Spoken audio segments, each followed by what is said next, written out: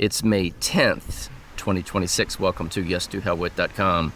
I began this short series with a message to mothers. Happy Mother's Day. Now imagine a mother having a son or daughter who goes to prison for doing the right thing and gets no answers from the government to prevent that very imprisonment, as if the imprisonment were by design. That would be a very tragic conclusion to part of a mother's life, to have a child behind bars. Today we conclude our discussion regarding Senator Ted Budd's response, or more accurately, his non-response to direct constitutional questions concerning federal taxation, authority, and jurisdiction. The constituents' inquiry that he received came from the good faith beliefs component of the Statement of Understanding.com program. And the purpose of that program is extraordinarily important. The program exists to help Americans formally document their sincere efforts to understand the law, identify the actual source of government authority, and preserve a record showing whether elected officials and agencies are willing and able to answer direct constitutional questions honestly.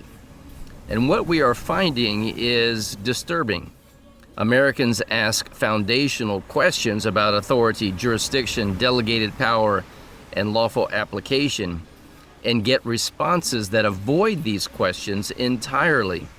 The discussion is redirected into policy, administration, compliance, and procedure, and thanks for contacting me. But the foundational questions remain unanswered. This is one of the central revelations of the Liberty Dialogues. The modern system increasingly operates through presumption, heavy presumption. Jurisdiction is presumed, application is presumed, obligation is presumed, and the burden quietly shifts onto the citizen to disprove what government never properly established in the first place. Now think carefully about what this means. A constitutional republic requires defined powers, limited jurisdiction, delegated authority, and accountability to the people.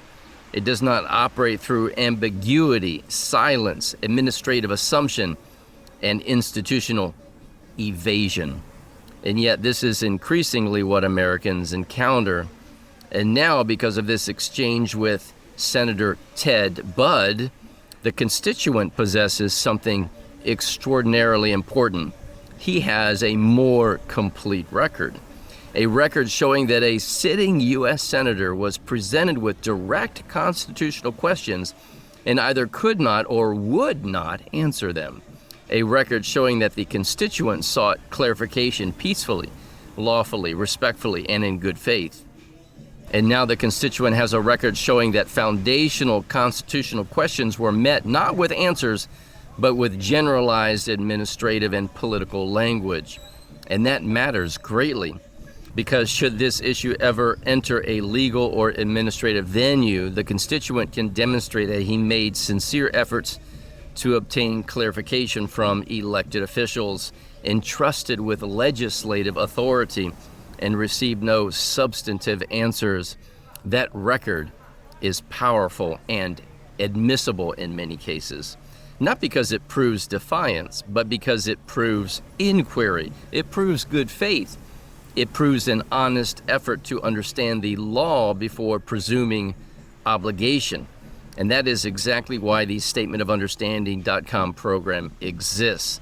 The program was designed to document whether elected representatives actually understand the laws they claim authority under, and whether they are willing to use the immense resources available to them to obtain honest answers for the American people.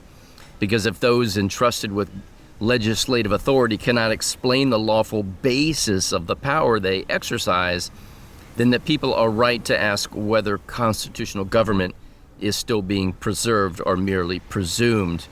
The issue is no longer taxation alone. The issue is whether constitutional government itself is slowly disappearing beneath the weight of administrative presumption and abject volitional blindness and ignorance on behalf of elected officials.